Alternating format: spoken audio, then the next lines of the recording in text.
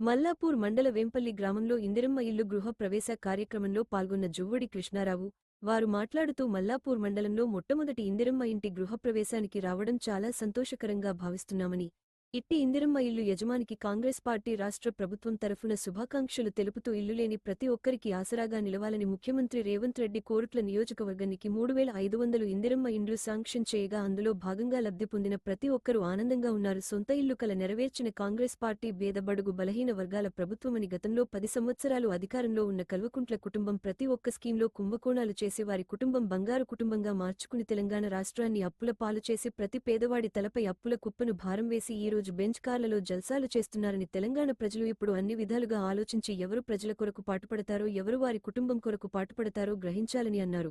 ఇందిరమ్మ ఇల్లు లబ్ధిదారులకు ఇలాంటి ఇబ్బంది వచ్చినా నన్ను వెంటనే సంప్రదించాలని తెలిపిన జువ్వాలి కృష్ణారావు. నరసింహారావు కృష్ణారావు గారి దయ వల్ల మాకు ఇల్లు వచ్చింది సార్. మేము ఎంతో రుణపడి ఉంటాము. రేవంత్ రెడ్డి సార్ కూడా ఎప్పుడు ఎల్లకాలం రుణపడి ఉంటాం సార్. ఇంకేమన్నా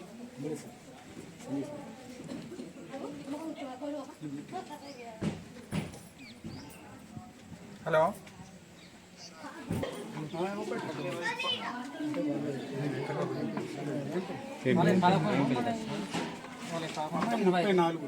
మన వేంపల్లి గ్రామంలో ఇందిరమ్మ ఇల్లు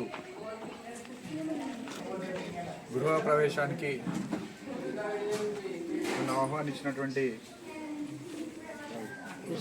రవి దంపతులకు,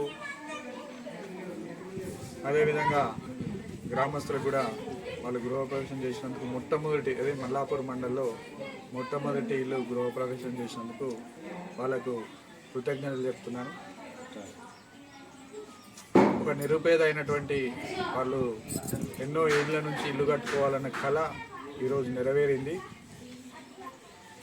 దీనికి కారణం ముఖ్యమంత్రి రేవంత్ రెడ్డి గారు, సోనియా గాంధీ గారి నాయకత్వంలో రాహుల్ గాంధీ గారు ఆదేశానుసారం మన తెలంగాణలో ఎక్కడా లేని విధంగా, భారతదేశంలో ఎక్కడా లేని విధంగా ఇందిరమ్మ ఇల్లుకు 5 లక్షలు ఇచ్చే కార్యక్రమాన్ని ప్రభుత్వం తీసుకుంది. కాబట్టి పేదలందరూ కూడా ఇదే విధంగా ఈ దంపతులను స్ఫూర్తిగా తీసుకొని మన కోరుట్ల నియోజకవర్గంలో అందరూ కూడా తొందరగా గృహప్రవేశాలు చేయాలని కోరుకుంటూ మీరందరూ కూడా ఈ ఏదైతే ఇందిరమ్మ ఇల్లును సద్వినియోగం చేసుకోవాలని తెలియజేస్తున్నారు.